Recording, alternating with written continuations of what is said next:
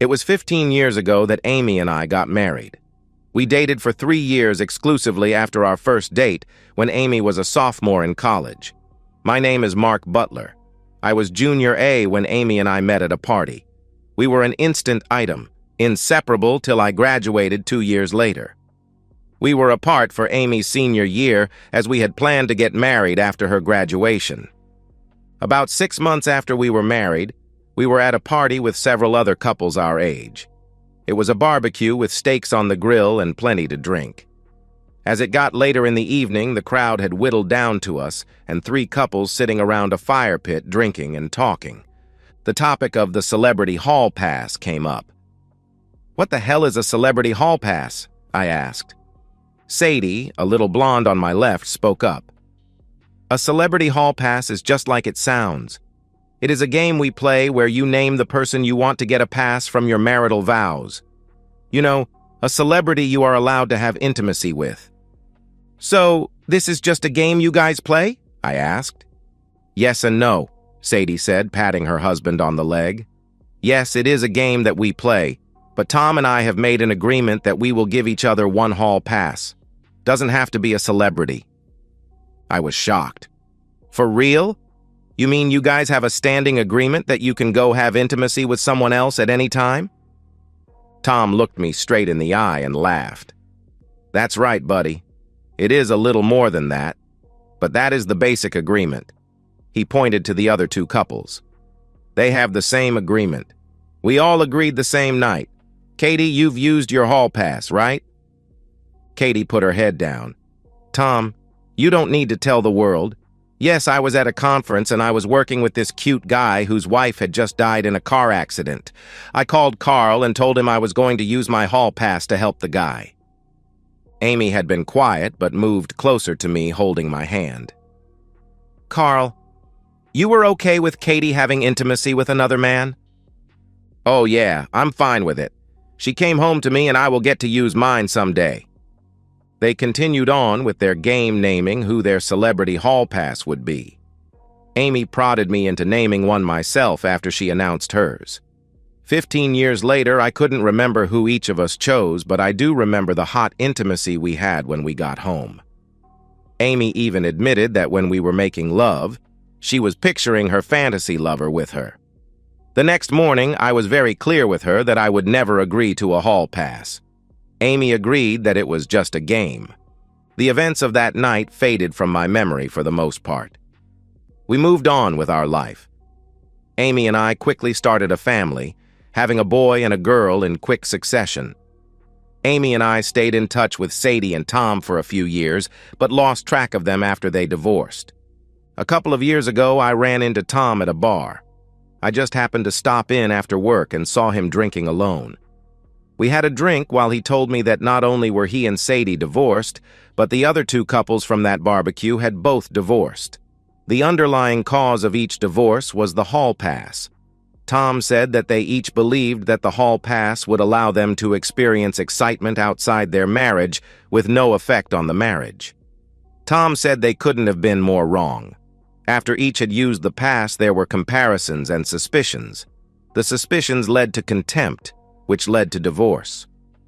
My conversation with Tom confirmed what thought the night at that party about the hall pass. It might be a fun game to play as a fantasy. In the real world, it doesn't work. I had intended to tell Amy about my run-in with Tom, but with our busy lives, it never came up. Sitting here now, I wish I had. It was a Thursday night with Amy away at a conference in LA. At about midnight, my phone rang from Amy. The noise on her end sounded like she was in a club. I could hear in her voice that she had been drinking. "You're not going to believe it, but we met Joshua from my soap. He likes me and I'm going to use my hall pass." The noise on her end got louder. "What did you say? Did you say something about using your pass?" "Yeah, honey. I knew you would understand. See you Saturday." "What? What the hell are you saying? Can you hear me, Amy?" The call had ended. I quickly tried to call her back, but her phone went right to voicemail. I left her several messages telling her not to do anything stupid. I sent her several texts that there would be consequences if broke our wedding vows. After hearing nothing from Amy all night, I tried several times in the morning with still no results. Friday was a horrible day, not knowing what was going on with my wife in LA. I took the kids to my parents' house after work. After dropping them off, I headed to Jack's house. Jack's wife, Jenny, went on the same trip with my wife. They worked together and were good friends. Jack met me at the door, surprised to see me. "Hi, Jack. I need your help. I can't get a hold of Amy. When she called me last night, she sounded strange. Can you call Jenny to see if she knows anything?" "Sure, Mark. I'll call Jenny and tell her you here are looking for Amy." "No, don't tell her I'm here. I'm afraid that Amy will have asked her to cover for her. Would you mind just calling her and bringing up Amy in the conversation and letting me listen without her knowing?" "Sure, buddy. They should be just getting out of the classes right about now." I don't know what possessed me to do it. While Jack was getting out his phone, I switched on the voice recorder on my phone. His wife answered on the first ring. "Hi, honey. You must have ESP. I just got back to my room after the classes. We have that dinner tonight and I will see you tomorrow." The two talked about the conference for a bit. Then Jack brought up Amy. "Have you seen much of Amy? Mark called me, leaving me a message asking if I had talked to you about her." "Don't tell him you talked to me. The last I saw of her was last night. We were all drinking when this hot soap star came up to our table. Amy got his autograph and they danced a few times. We were sitting at the table when Amy said something about her and Mark having a hall pass agreement. The soap star quickly jumped in, volunteering to be her passmate. I tried to talk her out of it, but she said it was a once-in-a-lifetime opportunity. Amy whispered in my ear that she was going to let the guy have intimacy with her. Next thing I knew, she was arm in arm with the guy walking out of the club. I haven't seen her since. God, don't tell Mark." Jack ended the call looking at me. "Sorry, brother. Do you guys have an agreement about a hall pass?" "No, we played a game called Celebrity Hall Pass years ago, but afterward I told her in no uncertain terms that I would never agree to such a thing." "What are you going to do?" he asked. "I don't know, but it won't be good." On my way home, I stopped by my parents' house and asked Mom to keep the kids for the weekend. She could tell something was wrong, but I didn't tell her what. Back at the house, I tried a few more times calling and texting Amy with no results. I assumed she had turned her phone off so as not to be bothered while she's sleeping with her soap star. Amy's flight would get her in by mid-afternoon. Jenny had gotten a ride from Amy, so I asked Jack to text me when Amy dropped her off. I set up our video camera on a shelf in the living room where I would confront her. I wanted everything she said recorded. At 4 o'clock, the text from Jack came in. I would have about 20 minutes. I slipped the remote for the camera under my leg and waited for my wife to come home. I nearly jumped out of my seat when the garage door rumbled. Hitting the record button on the remote, I tried to be as calm as I could. Amy bounded in from the kitchen with her bag in tow. "Oh my God, what a crazy trip," she said with excitement. "Yeah, I bet. I have been trying to call you. My phone got broken, I dropped it, and it just shattered." As calm as I could, I brought up her call to me late Thursday night. "The last time I talked to you, I couldn't exactly hear you well. It sounded like you met up with a soap star and were using your pass." "Yeah, we were at a club and Joshua Morrow came over to our table. You know the star on my soap. We danced a few times and we got to talking about our hall pass agreement. Damn, he is so hot. He said he wanted me to use my pass on him. That's why I called you. He's had all the hot actresses and he wanted me. Can you believe it? He took me to his house and, well, you probably don't want the details." No. Tell me how he was intimate with my wife using his actor charm that has been with hundreds of other women." Amy still had no sense that I was angry. "Oh yes, he was experienced. He knows his way around a woman's body. He said he took one of those pills. Damn, you are going to have to try one. He lasted forever. Damn, he was good. Those stories you hear about these stars being good at intimacy are true."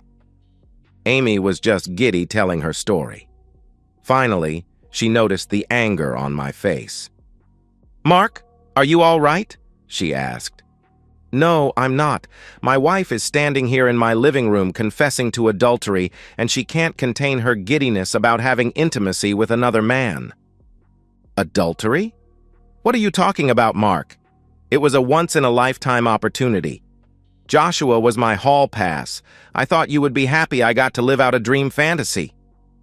A dream fantasy? Is that what you are calling it? I'm supposed to be happy you broke our wedding vows? I didn't break our wedding vows. I took a weekend off to live out a fantasy. It was like what our friends did. I just used my hall pass. Amy's face was starting to show concern. No, Amy, that was just a game, and I was very clear that it was just a game. I told you I would never violate our marriage vows and would not stand for you doing the same. If you had the chance to be with a celebrity, I would be all for it. I don't understand why you can't just be happy I had an experience I will never forget, she replied. Don't worry, I will never forget either. I'm sure the family that you forgot about will never forget either. I walked over to Amy, grabbing her hand. I pulled her wedding ring off her finger. Did you make love to him with your wedding ring on, still on your finger? You know that symbol of our love and commitment to each other? We didn't make love, we had intimacy. Yes, I had it on. I was going to take it off, but Joshua wanted me to leave it on. I'm sure he did. He wanted to make a mockery of your marriage by being with you knowing you were a married woman. Amy stood with her hand on her hip. This was her angry pose. I don't know why you're making a big deal of this. It was just 2 nights. What? Do I need to take you upstairs to make it up to you? Thanks, but no thanks. Let me ask you, Soap Boy didn't use a condom, did he? Well, no. Amy was still angry, but now confused by my question. You let a man have unprotected intimacy with you that you believe has had with over 100 women, and given he is a TV star, probably some men too. Wonder what Hollywood disease he gave you. He may have given you something else unless you started using the pill again. You haven't been back on the pill, have you? No, you know I'm not. I don't need to because you had a... Oh, God! Amy gasped again. Hey, just think. You may be carrying a TV star's baby, I replied. Amy was clearly working the math in her head. No, I had my period last week, so I won't be fertile till later this week. It's interesting that you're only considering that now. That soap star might have deposited enough to potentially reach an early egg. How many times did he not use protection with you? Mark, you are making too big a deal of this, she answered. Too big a deal? So you are saying I shouldn't make a big deal out of my wife committing adultery and throwing her family away? Amy was stamping her feet. I told you it wasn't adultery. I used my hall pass. I called you and even told you I was using it. There is the problem, Amy. You used something that doesn't exist. I never gave you permission to quit our marriage and destroy our family. Quit being so dramatic. I really thought you would be happy for me. I guess I was wrong. I'm done talking about this. Where are the kids? She asked. They are at my parents'. I didn't want them here when we discussed our divorce. What? What do you mean by divorce? You're going to divorce me over this? No, we are not getting a divorce. As calm as I could, I simply looked into Amy's eyes. You made your choice. Now I will make mine. That's ridiculous. You're telling me that you're going to throw away our family for this? This is not a big deal and you are just going to have to get over it, Amy said, screaming at me. Done talking, I calmly walked upstairs to the guest bedroom, locking the door behind me. For over an hour, Amy pounded on the door telling me we needed to talk. Silence was my response. Getting up early, I was out of the house before Amy awoke. Driving to my parents' house, I found my dad up while the rest were asleep. Over a cup of coffee, I told Dad the whole story. Dad just listened, not saying a word till I finished. When I got to the end, he simply looked up at me. What a cheating woman. Dad, can I ask you what you would do in my situation? Son, you have to understand it was a different time when I was your age. It seems that this stuff is acceptable now. If your mother had done what your wife did, I would put a bullet in her head. but you have to do what you have to do. Dad, I don't think I can get past this. She knew how I felt about infidelity. Hell, I thought she felt the same way. What's with that prenup her mom made us sign? What was that all about? I asked Amy's mom about it at the wedding, but she just said she didn't want to discuss it. She said she had her reasons, Dad replied. Amy told me her mom caught Amy's dad cheating several times and wanted protection for her daughter. It seems Amy has forgotten all about that. My dad laughed. I'm sure you're going to remind her of it. Oh yeah, but not at first. I want to see what she does from here. She kept saying it was no big deal and I just needed to get over it. Dad, I truly don't believe she is sorry she did it or that she did anything wrong. It wasn't till after 10 that my phone started blowing up. Amy was calling and texting wanting to know where I was. When I didn't answer, she called the kids. Julie, our daughter, walked into the kitchen yawning. Dad, Mom wants to know where you are and why aren't you answering her calls? Honey, what did she tell you? I asked. That's funny. That is exactly what she asked me. She wanted to know what you told us. What is going on with your two? Are you cheating on her or is she cheating on you? Damn, she is perceptive, Dad chimed in. Oh crap, Mom cheated on you, didn't she? I think you should ask your mother that question. I didn't want to be accused of poisoning her. I knew that Julie was going to be very upset with her mother. Julie, being an obstinate teenager, pulled out her phone, putting it on speaker. Dad's here. Did you cheat on him? Julie, what are you talking about? Whatever he said is not true. What did your dad tell you? He didn't tell me anything, Mom. I can read it in his face. You cheated on him, didn't you? No, I didn't, and if he tells you I did, it is a lie, Amy answered. Okay, Mom. You sound guilty to me. Julie hit end on her phone. Sorry, Dad. I can't believe she did that to you. I assume you're going to divorce her. You've always preached honesty and morality. I don't blame you if she cheated on you. Julie, with a somber look on her face, turned around and walked back upstairs. Your kid has a good head on her shoulders, mature way beyond her years. She'll get through this fine, Dad said. I'm not sure I will, Dad, I said. 30 minutes later, there was a loud knock at the front door. I heard Dad at the door. Amy, you don't want to be her right now. I'm sorry, but you are not welcome in our house today. Mr. Butler, I don't know what your son told you, but he made it up. I haven't done anything. Whatever you say, Amy, but you are still not welcome here. Tell him I didn't do anything, and if he says I did, it will be trouble for him. Amy stormed off. She seemed angry, I said to Dad when he came back into the kitchen. Be careful, son. I've seen that look. She is not going down easy. That woman is like a cat backed into a corner. She is going to lie and scratch her way out. I hope you can prove what she did. She looks ready for a fight. Amy gave me the silent treatment when the kids and I came home later in the day. I slept in the guest room again that night. There was no one pounding on the door that night. The kids left for school while I was still sitting at the kitchen table sipping my coffee. I decided that it was time to confront Amy. She walked into the kitchen like she didn't have a care in the world. The kids get off okay? I nodded as she poured her coffee. Honey, why are you sleeping in the guest room? Are you feeling all right? You know why? I don't want to sleep near my cheating wife. Cheating wife? Mark, what are you talking about? She asked.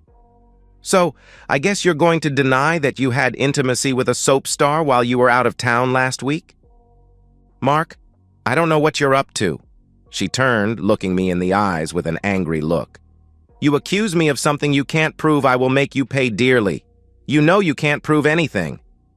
There it is. You've declared war, I replied. No, I haven't. We can go back to the way things were, but that's up to you. I'm willing to forget your baseless accusations. Sorry, but I can't forget what you did, I replied. I'm going to say it again. I didn't do anything, and more importantly, you can't prove that I did. You will regret it if you try to say I did something. Let it go, and let's get on with our marriage. I knew a threat when I heard it. I didn't say anything, just got up and walked to my car as if I was going to work. Having already called in to work sick, I drove down the street waiting for Amy to head to her school where she was an associate principal. Once she was gone, I went back into the house. Taking Amy's words to heart, I went into the house looking for evidence. If this was going to be war, I wanted as much ammunition as I could get. Jenny had mentioned that Amy had gotten Soap Boy's autograph. She couldn't display if she was going to deny her affair ever happened. I figured something like that would be too big of a trophy to get rid of. She would hide it. It took 2 hours of searching, but I finally found it. Find it I did. Amy had an old briefcase in the back of her side of the closet. It was locked, but she always used the same code for her all briefcases. At the bottom, buried under several folders, I found the picture. It was your standard publicity photo of the Soap Boy. The signature was tame. To my friend Amy, Joshua Morrow. On the back was another signature. It was signed, "You were great in bed, Joshua." I scanned the picture before putting it back where it was. The next stop was the lawyer. Before leaving, I put a copy of the scan, our prenup, the recording of Amy's friend's phone call, and my recording of Amy's confession on 2 flash drives. The lawyer I visited was well known for her ruthless attacks on cheating spouses. Vicky Sampson was known as the bitch in the divorce world. I laid out my story about what Amy did. When I finished telling her the situation and how I wanted it to play out, she just sat back and smiled. "I love this. You are evil. Set the trap and spring it when there is no turning back. You know it is going to be uncomfortable for you when before we show the proof. Everyone is going to think you are lying or crazy. I know I want her to think she has the upper hand till the very end." Mrs. Sampson shook my hand. "I will get the paperwork ready and have her served at school. You need to do a couple of things for me. First, check your credit card bills.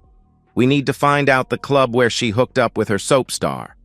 Second, get access to her iCloud.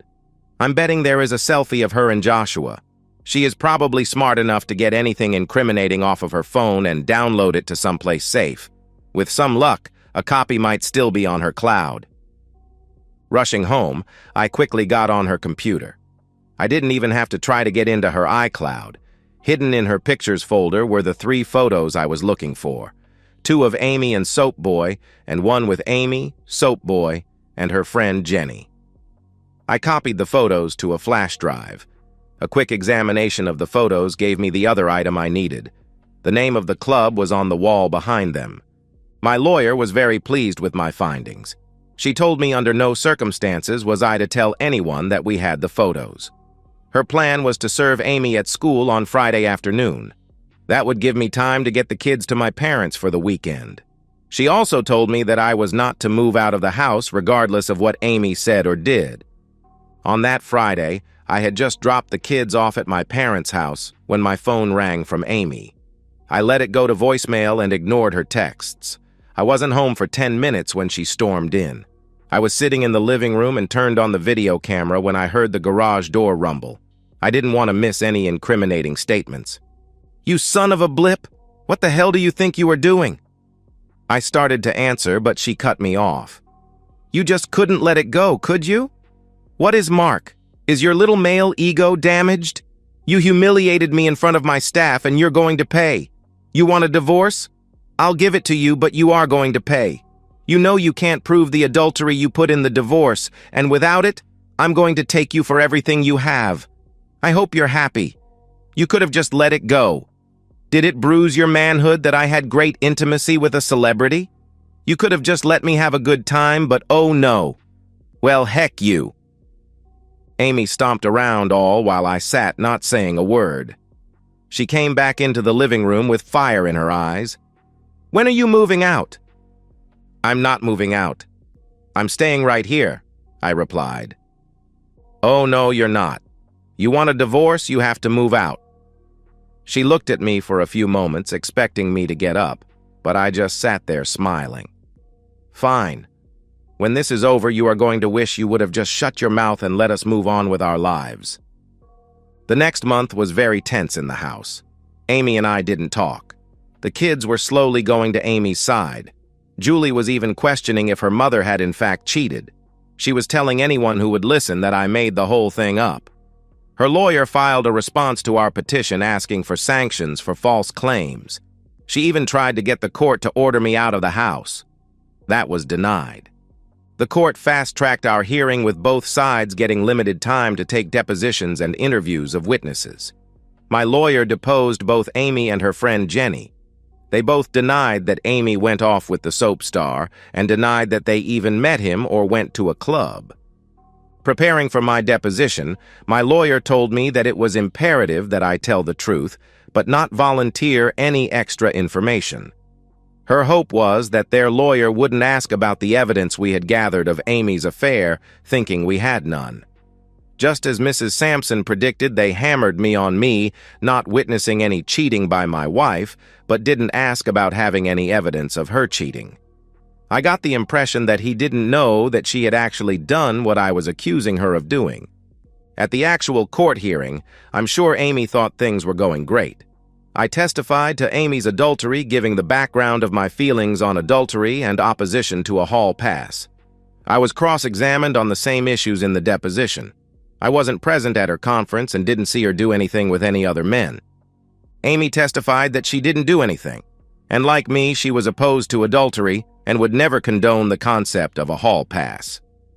Amy's lawyer put Jenny on the stand to testify that the encounter with the soap star didn't take place. I looked over to her husband, Jack, who was in the courtroom while she testified. He lowered his head to avoid my eyes. Jenny started to squirm when my lawyer questioned her about calling Jack and telling him that Amy left with the soap star. Obviously nervous now, she stuck to the story, saying it didn't happen. When Jenny sat down, both Amy and her lawyer had smug looks on their faces as the lawyer announced they had no further evidence. Amy's lawyer got up and started to argue that they wanted sanctions for our false claims. The judge started to admonish my lawyer for not proving the claims we put forth. With a smile on her face, Mrs. Sampson stood up. "Excuse me, Judge, we have rebuttal evidence." Amy's lawyer snapped. "I object. We haven't been notified of rebuttal evidence." "We have no duty to disclose rebuttal evidence. If their witnesses told the truth, there would be no need for rebuttal evidence." The judge smiled and told Mrs. Sampson to proceed. Mrs. Sampson called her investigator to the stand. "Judge, before we proceed, we are conceding that Mrs. Butler did not have intimacy with Joshua Morrow." I couldn't believe what I was hearing, but Mrs. Sampson gave me a look to shut up and wait. The lawyer put on her investigator, who testified that Joshua Morrow was in Europe the week of Amy's conference. Amy's lawyer shot up. "With this admission that my client didn't commit adultery, we are demanding we stop this farce and have the court issue sanctions on Mr. Becker." Mrs. Sampson, with a big grin on her face, "No, we are not saying she didn't commit adultery. We are just saying it was not with Joshua Morrow." Jenny was recalled to the stand. My lawyer asked her again if she was with Amy at the conference and if they had met who they thought was Joshua Morrow. She again denied it. Jenny was again asked if she had made a call to her husband, telling him that Amy left with a man, not her husband. Even after being reminded she was under oath, Jenny denied she made the call. I turned to look at her husband, who mouthed, "I'm sorry." I mouthed back, "No, you will be." My lawyer hit play on the recording of Jenny's call. Amy's lawyer shot up, objecting to the recording. "Judge, my client was an invited guest in the witness home and allowed to listen in on the call." The judge told the lawyer to sit down and asked Jenny if that was in fact her voice. She had no choice but to admit that it was. I was starting to feel vindicated when there was finally evidence that I was telling the truth. Amy was recalled to the stand. Amy again denied that when she came home from her trip, she admitted having intimacy with another man. She let out a loud gasp when the video of her graphic description of her intimacy with Joshua Morrow was played. Amy was in tears when the selfies and the signed publicity picture were put into evidence. As Amy walked from the witness stand, the judge interrupted. "Counsel, I'm confused. You said that Mrs. Butler did not have intimacy with Joshua Morrow, but you've just presented evidence that she did. Mrs. Sampson recalled her investigator. Judge, our evidence proves that Mrs. Butler committed adultery, but just not with who she thought. The investigator put up surveillance photos from the club. Several pictures showed Amy and the man she left the club with. As indicated in the photos, this is not Joshua Morrow. He is a look-alike who likes to pick up married women. He is a known con man who had been diagnosed with several STDs. I just had to look over at Amy at that point. The look of shock on her face was priceless. After a short recess, the judge returned to the bench. He gave a long speech about honesty and faithfulness. The judge ruled that Amy had committed adultery as spelled out in the prenup. He ruled in my favor, upholding the prenup. The judge lectured Amy that even if there hadn't been a prenup, he would have awarded me custody of the kids. On the record, he found Amy to be an unfit mother for her extensive attempts at deception. With tears in her eyes, Amy turned from the counsel table to leave. The judge bellowed from the bench, "Mrs. Butler, stay put, we're not done yet." The judge summoned Jenny to the bench to join Amy. "You both raised your right hand and swore to tell the truth in my courtroom. That oath is sacred in this building." He looked right at Jenny. "I don't care if you have some misguided belief that you were helping your friend. Lying is lying in this courtroom. If this had been a criminal case, you both would be in jail right now. I'm finding that you both committed perjury, and I'm holding you both in contempt of court." The judge fined them both the maximum penalty of $5,000. Amy's bad day got worse when she walked out of the courthouse to a local news team putting a camera in her face. I found out later that my lawyer tipped them off. "Mrs. Butler, do you have a comment on throwing away your family for a one-night stand with a fake TV star?" The reporter's question was the straw that broke Amy's back. Amy let out a blood-curdling scream and then attacked the reporter. It was a blur of hands and feet as Amy struck at the reporter. Amy had her on the ground, pulling her by the hair when a deputy deployed his taser.